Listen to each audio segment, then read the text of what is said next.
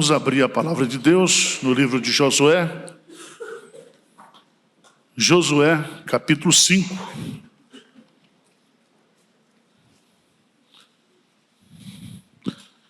Josué, capítulo 5, versos de 13 a 15.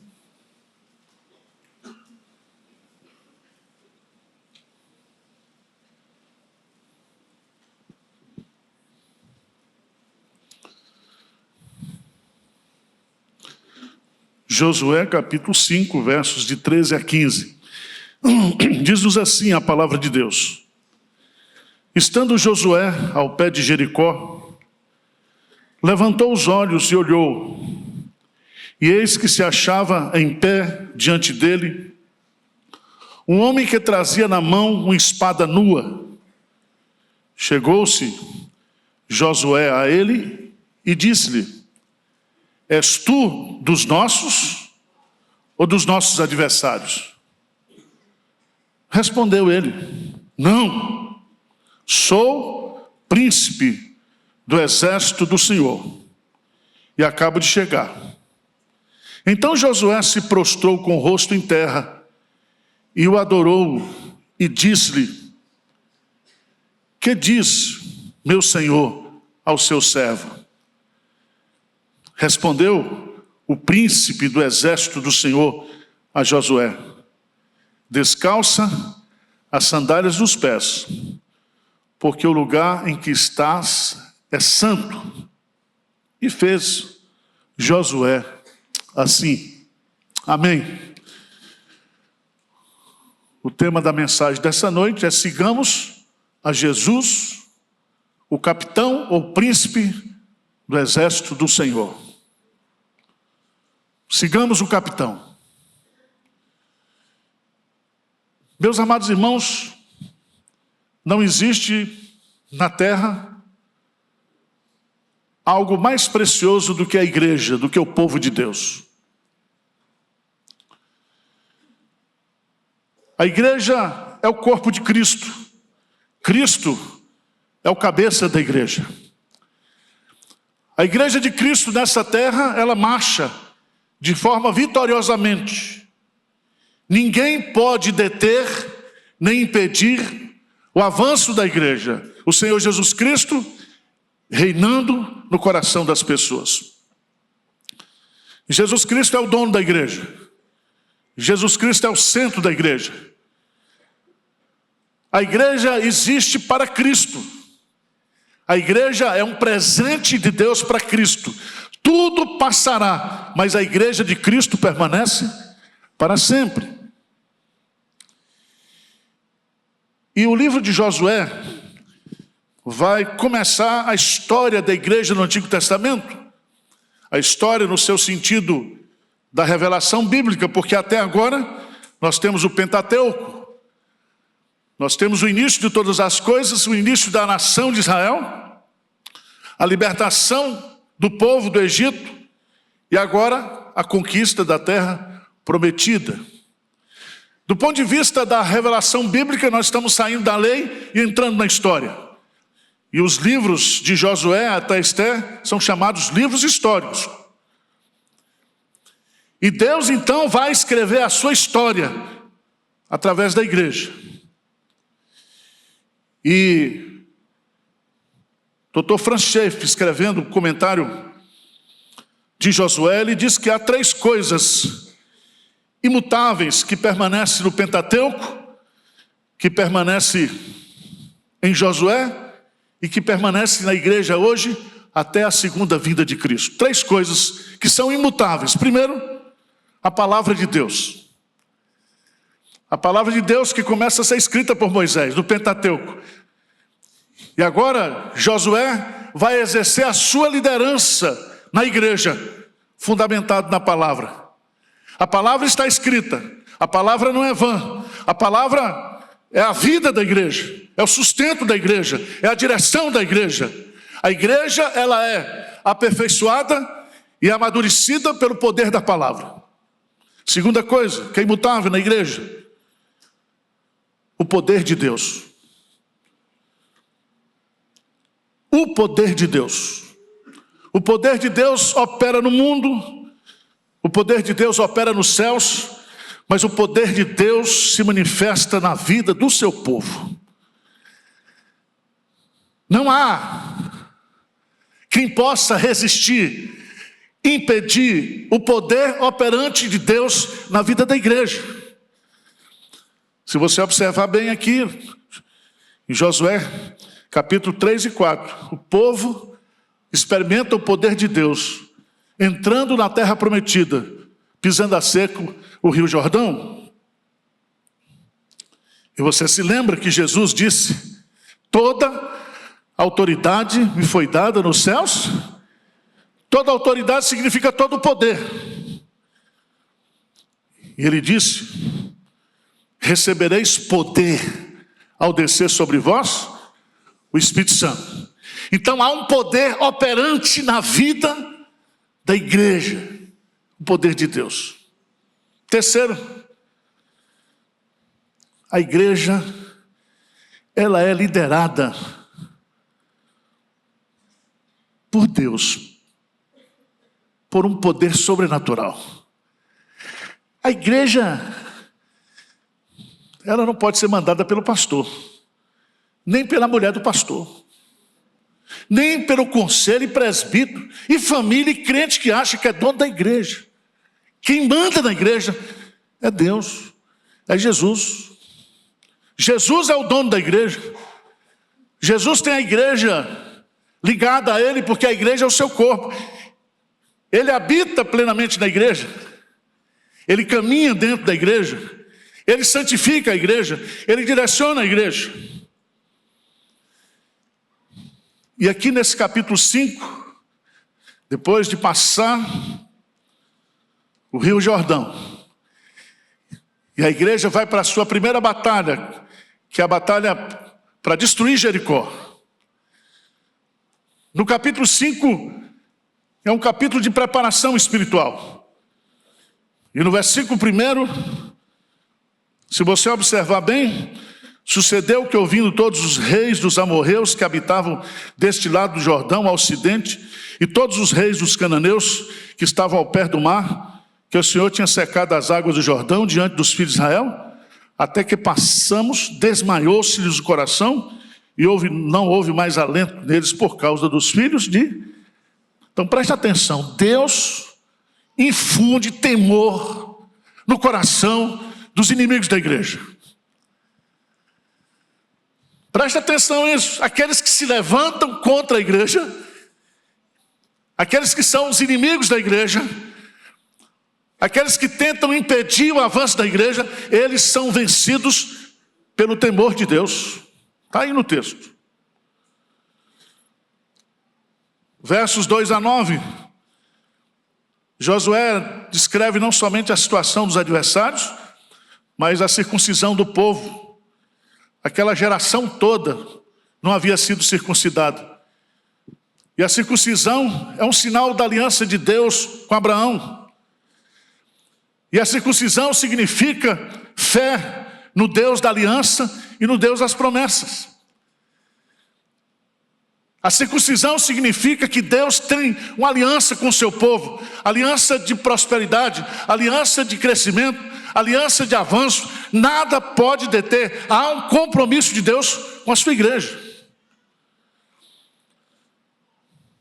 Verso 10, depois de celebrar a circuncisão, celebra-se a Páscoa, a libertação do Egito. Que coisa linda, porque a circuncisão precede a Páscoa, assim como o batismo precede a ceia do Senhor. Não é a Páscoa que vem primeiro, é a circuncisão. É o batismo que vem primeiro, depois a participação, a integração na igreja. A confirmação de que nós somos libertos pelo poder do Cordeiro de Deus, que tira o pecado do mundo. Mas nos versos 11 e 12 do capítulo 5, aparece aí a cessação do maná. Depois de quase 40 anos, chovendo todo dia, toda semana, nas 4 estações do ano, Deus mandava comida do céu. Mas agora,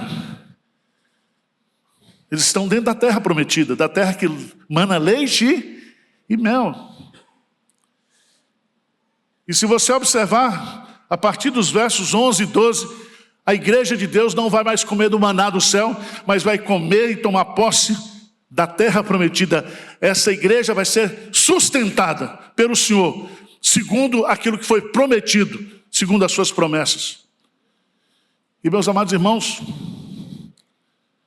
ninguém pode matar de fome aquele que se alimenta das promessas de Deus. Nós nos alimentamos, nós nos fortalecemos quando nós tomamos posse das promessas de Deus. Mas em último lugar, veja o texto, no versículo 13. Josué passou o Jordão. Josué então está em pé. Veja aí, estando Josué ao pé de Jericó. Eu fico pensando, o que é que Josué está fazendo ali? Josué está olhando para as muralhas. Josué, como general, diante de todas as suas limitações, ele quer saber como é que ele vai subir aquelas muralhas, como é que ele vai vencer aquele povo. Talvez esteja fazendo um diagnóstico, talvez esteja fazendo um plano de guerra, um planejamento estratégico. Mas ele diz, eu não tenho catapulta para botar o povo lá dentro, eu não tenho escada, eu não tenho canhão, eu não tenho nada. E é nesse momento, irmãos, veja o texto, no versículo 13, segunda parte. Lê comigo, versículo 13, o que é que diz? Eis, Josué 5,13. Vamos lá então, começo. Estando Josué ao pé de Jericó, levantou-se os olhos e olhou. E eis que se achava em pé diante dele um homem que trazia na mão uma espada nua. Preste atenção, aqui ele tem uma visão. O que ele vê? Um homem com uma espada na mão. É importante a gente entender isso. É a visão que ele tem. E a espada estava desembainhada. E ele nunca tinha visto aquele homem. Ele não conhecia aquele homem. Ele está aqui preocupado com a sua mente, o seu coração, buscando estratégias, buscando formas de compartilhar com o povo para começar a guerra. Mas Josué pergunta. Qual a pergunta que ele faz? Veja direitinho. És tu dos nossos ou dos nossos o quê? Adversários. Ou seja, você é alguém que veio para ajudar a gente, ou você é contra a gente, porque você já está com a espada na mão, desembainhada. Respondeu ele, não. Em outras palavras, eu não jogo nesses dois times. Eu não jogo no seu time, e não jogo também no time de Jericó. Não. E aqui ele vai revelar a sua identidade. O que ele diz aí? Sou príncipe do exército do Senhor e acabo de chegar. Louvado seja Deus. Vamos parar um pouquinho aqui para a gente entender. No hebraico, ele usa a expressão príncipe ou capitão do exército do Senhor. Ele é o chefe. Ele é o chefe do exército do Senhor. Aqui, sabe quem é que está aqui? Jesus. Isso aqui é uma cristofania. O que significa isso? Cristofania é uma manifestação do Cristo pré-encarnado. Esse que está aqui foi o mesmo que esteve com Jacó no vale de Jaboque. Foi o mesmo que teve com Moisés durante a caminhada no deserto. E é tão importante a gente entender que Jesus Cristo ele está aqui E ele diz: eu sou príncipe do exército do Senhor e acabo de chegar. Ele é um príncipe não distante, mas é um príncipe que está presente. E eu quero chamar a sua preciosa atenção, porque o que Jesus está colocando aqui para Josué é algo maravilhoso. Maravilhoso. Ele está dizendo: eis que estou convosco todos os dias até a consumação dos séculos. Irmãos, preste atenção. Durante a caminhada da igreja, do povo de Deus, Deus nunca se afastou do seu povo. Deus esteve sempre com o seu povo. Amém? Não tem mais o tabernáculo, só tem a aliança. Não tem mais a nuvem, não tem mais a coluna de fogo. Mas Cristo está conosco. Amém? Cristo está conosco, Cristo está com o seu povo.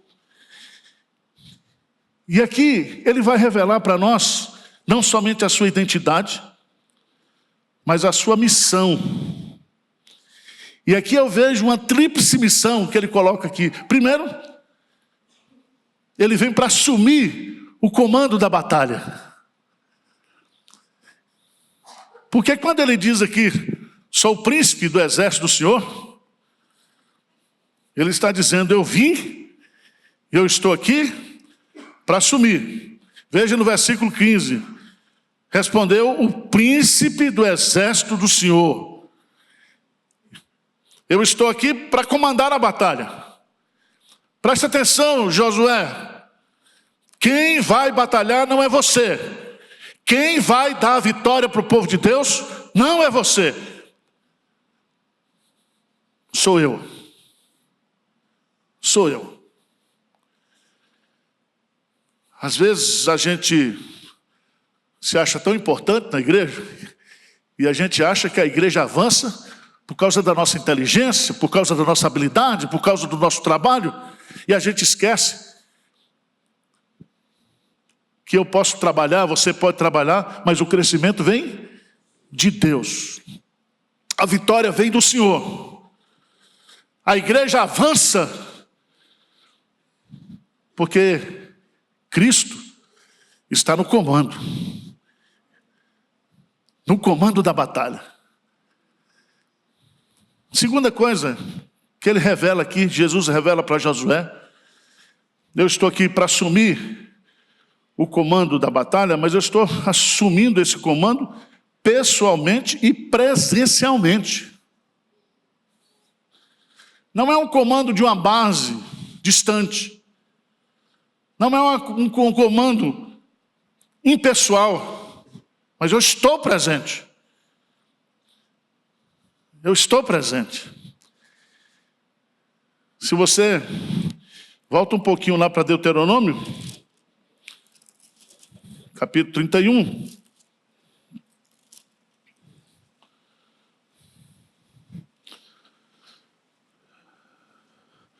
Versículos 7 e 8. Vamos ler juntos, bem forte. O que diz? Chamou Moisés a Josué e lhe disse, na presença de todo Israel: ser forte e corajoso, porque com este povo entrarás na terra que o Senhor, sob juramento, prometeu dar a teus pais, e tu os farás herdá-la. Bem forte, o que diz? O Senhor é quem vai adiante de ti. Ele será contigo, não te deixará, nem te desamparará. Não temas e nem... Então é o Senhor que vai na frente, é o Senhor que vai no comando, é o Senhor que vai pessoalmente, presencialmente, conduzindo a sua igreja, levando a sua igreja. Então cuidado, eu e você temos que tomar cuidado quando a gente ficar falando mal da igreja na internet, quando a gente ficar falando mal da igreja, apontando os defeitos da igreja, porque a igreja tem dono. A igreja é a noiva de Cristo. E se falasse mal da sua noiva, você ficaria enfesado, ficaria ou não? A igreja é de Cristo. Não brinque com isso. Não brinque com isso. Trate a igreja com seriedade. Trate a igreja de Cristo com respeito. Trate a igreja de Cristo com temor. Viva a igreja. Viva na igreja, no temor do Senhor e no respeito à pessoa de Jesus.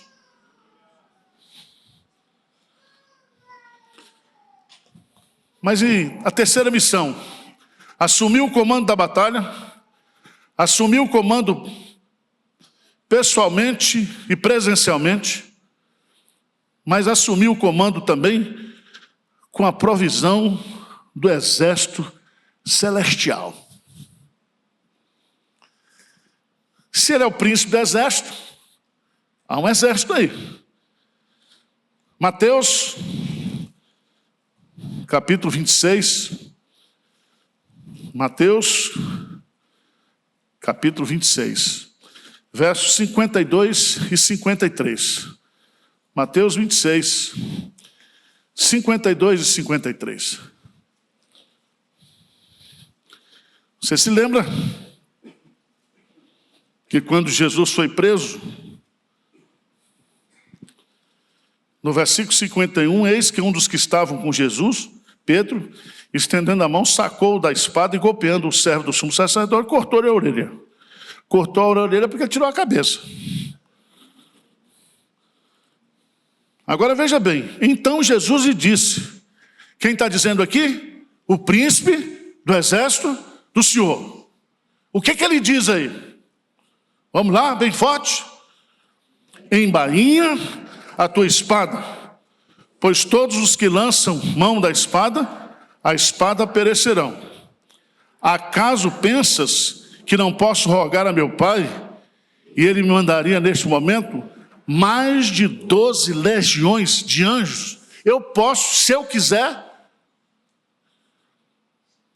pedir ao Pai, e a Bíblia diz, Ele dará ordem aos seus anjos a seu respeito.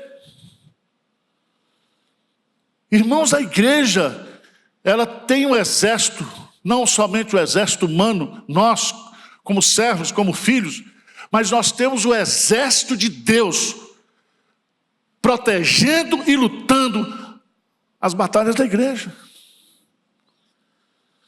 Hebreus, capítulo 1, por favor. Hebreus, capítulo 1. O último versículo lá do capítulo 1, você vai ver a palavra de Deus. Quem está sentado no versículo 13, não são os anjos no trono. Quem está sentado, versículo 13, é Jesus. Veja lá, ora, a qual dos anjos jamais disse, assenta-te à minha direita, até que eu ponha os teus inimigos por estrado dos teus pés. Versículo 14, vamos lá? Não são todos eles espíritos ministradores enviados para serviço a favor dos que hão de lutar a salvação? Os anjos existem para serviço a favor da igreja. Foi assim quando o anjo matou Herodes, foi assim quando o anjo liberou Pedro da prisão, depois outros apóstolos. Eu queria que você fosse para um texto, só para a gente fazer a ponte entre o Antigo e o Novo Testamento, porque esse princípio, ele permeia toda a Bíblia. Segundo livro dos Reis, capítulo 6. Segunda Reis, capítulo 6. Versículo 15. Vamos ler juntos até o versículo 17. O que diz? Tendo-se levantado muito cedo o moço do homem de Deus, e saído, eis que tropas, cavalos e carros haviam cercado a cidade. Então seu moço disse, ai meu senhor, que faremos? Ele respondeu, não temas, porque mais são os que estão conosco dos que estão com eles. Orou Eliseu e disse, Senhor, peço-te que abra os olhos para que veja. O Senhor abriu os olhos do moço, e ele viu que o monte estava cheio de cavalos e carros de fogo em redor de Eliseu. Louvado seja Deus por isso. Maior é aquele que está conosco do que aquele que está no mundo. Então, irmãos, Josué está aqui preocupado, pensando como é que vai fazer. O chefe chega, o dono da igreja chega e diz: eu cheguei para assumir o comando da batalha. Eu cheguei para ficar, para assumir o comando pessoalmente e presencialmente. E eu cheguei aqui e eu trouxe toda a minha tropa. Todos os exércitos dos céus estão de prontidão para nós vencermos essa batalha. Louvado seja Deus por isso. Eu não sei se você pensou nisso, mas todas as vezes, veja lá em Êxodo, capítulo 14, e Josué talvez tivesse presenciado isso, mas esquecido disso, talvez ele não estivesse do lado de Moisés naquele momento. Êxodo capítulo 14, 13 e 14. Lê comigo, por favor, o que diz? Moisés, porém, respondeu: não temais, aquietai-vos e vede o livramento do Senhor, que hoje vos fará. Porque os egípcios que hoje vedes, nunca mais o tornareis. Versículo 14. O Senhor pelejará por vós, e vós vos calareis. Irmãos, a nossa luta é a luta de Deus. Ele é quem guerreia as nossas guerras. Ele é quem batalha por nós. Nós entramos como coadjuvantes, nós entramos com o nosso esforço visível, mas por trás de tudo isso existe um comandante. E esse comandante tem a provisão de todos os exércitos celestiais para nos ajudar. 1 Samuel 17, versículo 47. Davi já ungido como rei, substituindo. 1 Samuel 17, 47. Vamos ler juntos? O que diz?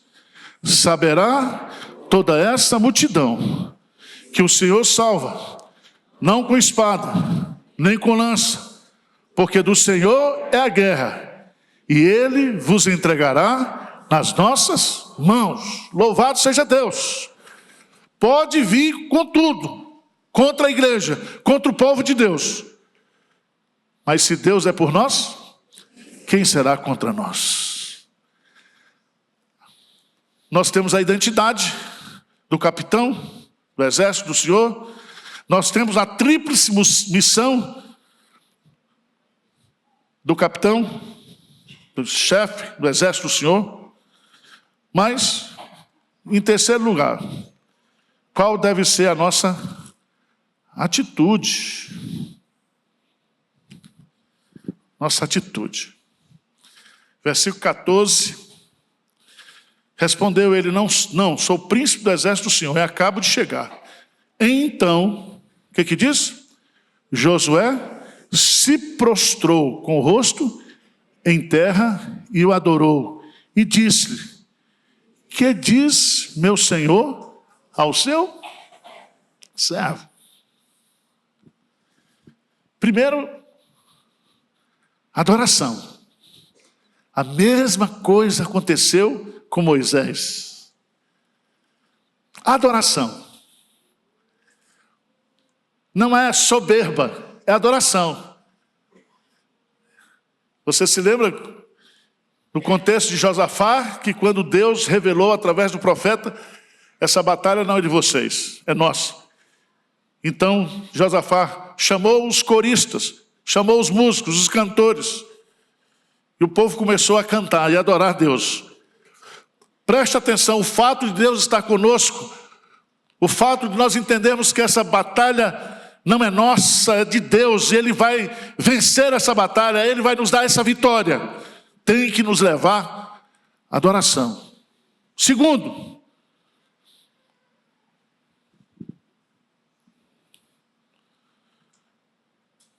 submissão. Submissão. Que diz meu Senhor ao seu? Lembra de Paulo, quando caiu no caminho de Damasco, que o Senhor Jesus, que ele pensava que estava morto, mas estava vivo, e que estava presente com a sua igreja, e que ele ouve da boca de Jesus: Saulo, Saulo, por que me persegues? Porque perseguir a igreja é perseguir o Senhor da igreja, o dono da igreja. E naquele momento prostrado, ele disse para Jesus: que queres que eu faça? Josué, não vai ser com o seu plano, com a sua estratégia. Capítulo 6, ele vai dar estratégia, vai dar um plano, vai dar tudo para Josué.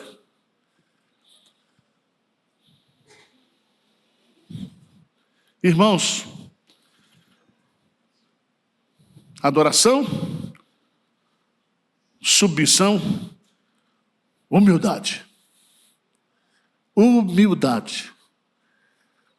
A soberba precede a ruína. A soberba, ela é resistida por Deus, mas a humildade recebe graça, e graça abundante da parte de Deus. Foi o que Josué fez. Mas ele não fez somente isso. Como é que ele revela a sua humildade? Quando o príncipe do exército do Senhor diz a Josué: tira as sandálias dos pés. O que significa isso?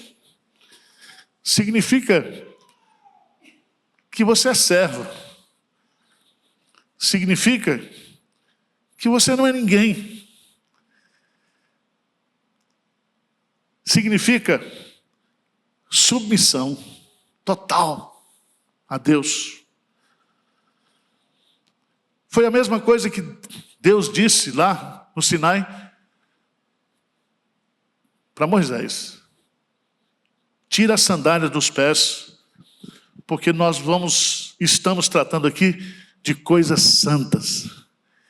E onde Deus estiver, mesmo que seja de frente de Jericó, aquele lugar é santo.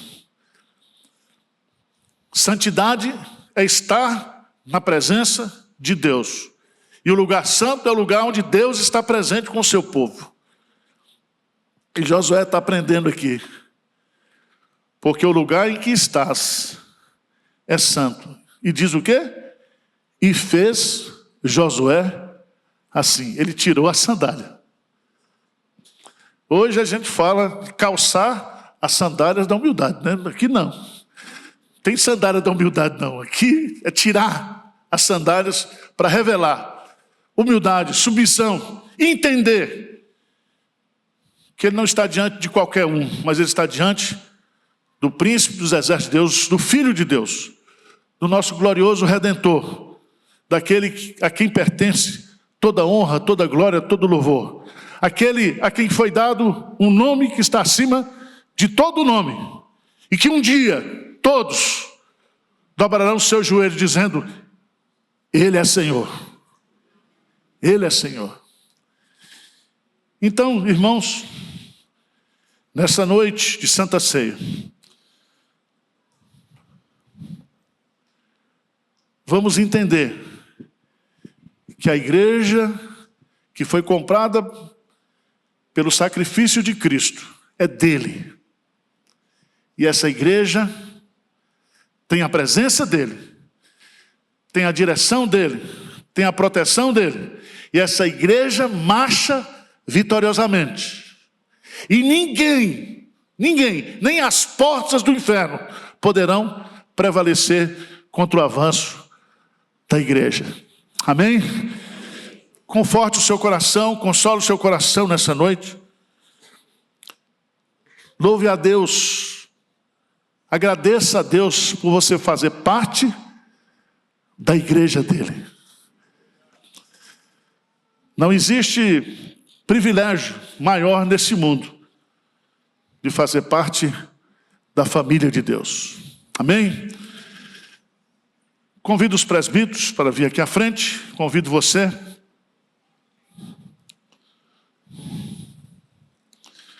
A ler Josué capítulo 5, versículo 10. Diz assim: estando, pois, os filhos de Israel acampados em Gilgal, celebraram a Páscoa no dia 14 do mês à tarde, nas campinas de Jericó. Nas campinas de Jericó. Por que nas campinas de Jericó? Porque agora a terra já foi conquistada. É tempo de celebrar. Celebrar, trazendo à memória o que aconteceu lá no Egito, a libertação do Egito. E lá a libertação se deu por causa do sangue do Cordeiro. E a Páscoa aponta para a ceia de Cristo, aponta para o sacrifício de Cristo. A Páscoa faz com que o povo de Deus entenda que é povo de Deus, povo redimido, povo liberto, povo santo, povo de propriedade exclusiva de Deus.